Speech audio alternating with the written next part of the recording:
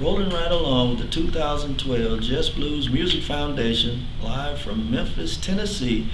We're now joined by the legendary Trudy Lynn, native Houstonian, down here for all the festivities. Trudy, first of all, tell us a little bit about when you first started singing as a professional. Well, I would say in the 70s. Really, because I really started in the 60s with Clarence Green there in Houston. Oh, the late Clarence Green, good stuff there. Yeah, he's the one that he made me. Oh, He made me, yeah. That's where I got all my experience from. And then I went with Ichiban Records in the 70s. I started recording with them, and I did about 5 or 6 LPs with them, and I started traveling abroad. And I can remember one of the songs you had called "Where's the Beef?" Kind of stuff. That's right. Yeah, that was the first one. Jerry King produced that song. In Houston we did that. But tell me a little bit about. As a matter of fact, I wrote it though. And I also understand you're Lady Wildcat.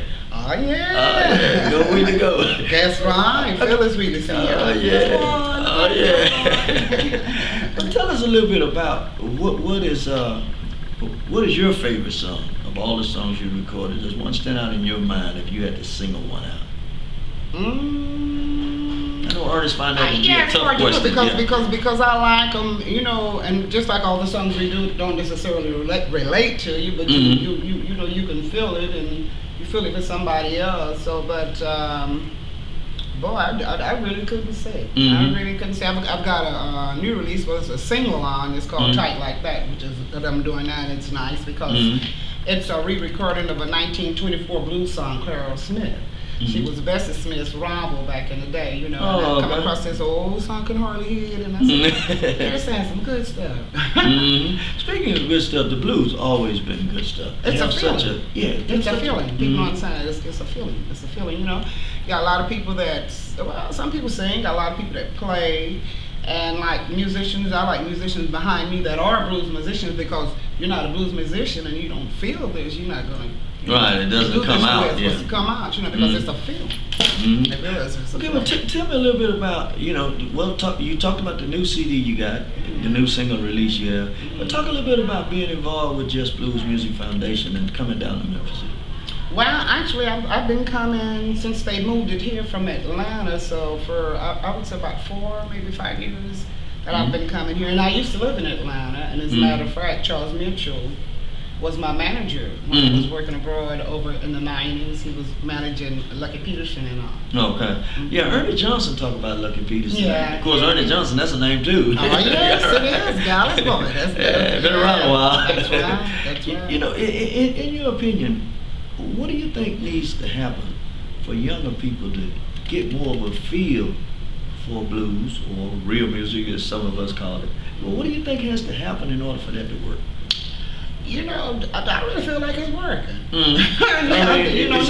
Because times are there, and it's just like you say, everybody got a blues song to sing. Everybody got something, that they have to talk about, have to feel, have to do, have to get out and get together. But everybody got a blues song to sing. Even if a baby that can't get that ball on time, what he go cry. Yeah, he whines pretty good. Yeah. Right. Yeah. Well, tell us a little bit about future plans for you.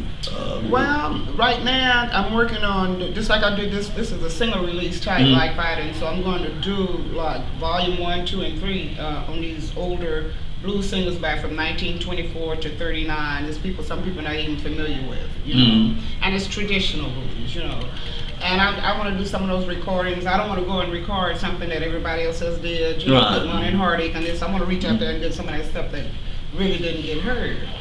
And Houston, in closing, Houston has been such a good town for musicians. Going back to the late Don Roby and what he established, So you enjoy having it as your home as a whole now, Houston? Yeah, well, that's just it. I was born there, born in Fairport, Really, but I've been there all my life now. I got a chance to meet Mr. Roby Don Roby back in the day, but I was a kid, just like, but I did get a chance to meet him, and I knew what the studio was when over there when he was still recording and stuff, But over and out, Houston has been a good place. There's a lot of blues artists out of Houston that people just don't even like to. A lot of people, I said, it's right in your own backyard. You don't even know it, Well, what we're trying to do, working with the Blues Foundation, with KingsideView.com and our publication in Houston now, we feel pretty good that we're going to be able to add to what a lot of people been trying to do and help bridge that gap, so to speak, from the old, from the new. So we just want to commend you on the years of service you put in as an artist, Thank you so much. and to carry the Wheatley Wildcat banner so well. Oh, I have to. I have to. We're going to take a break, and we'll have more from the 2012 Just Blues Music Foundation in Memphis, Tennessee in just a moment.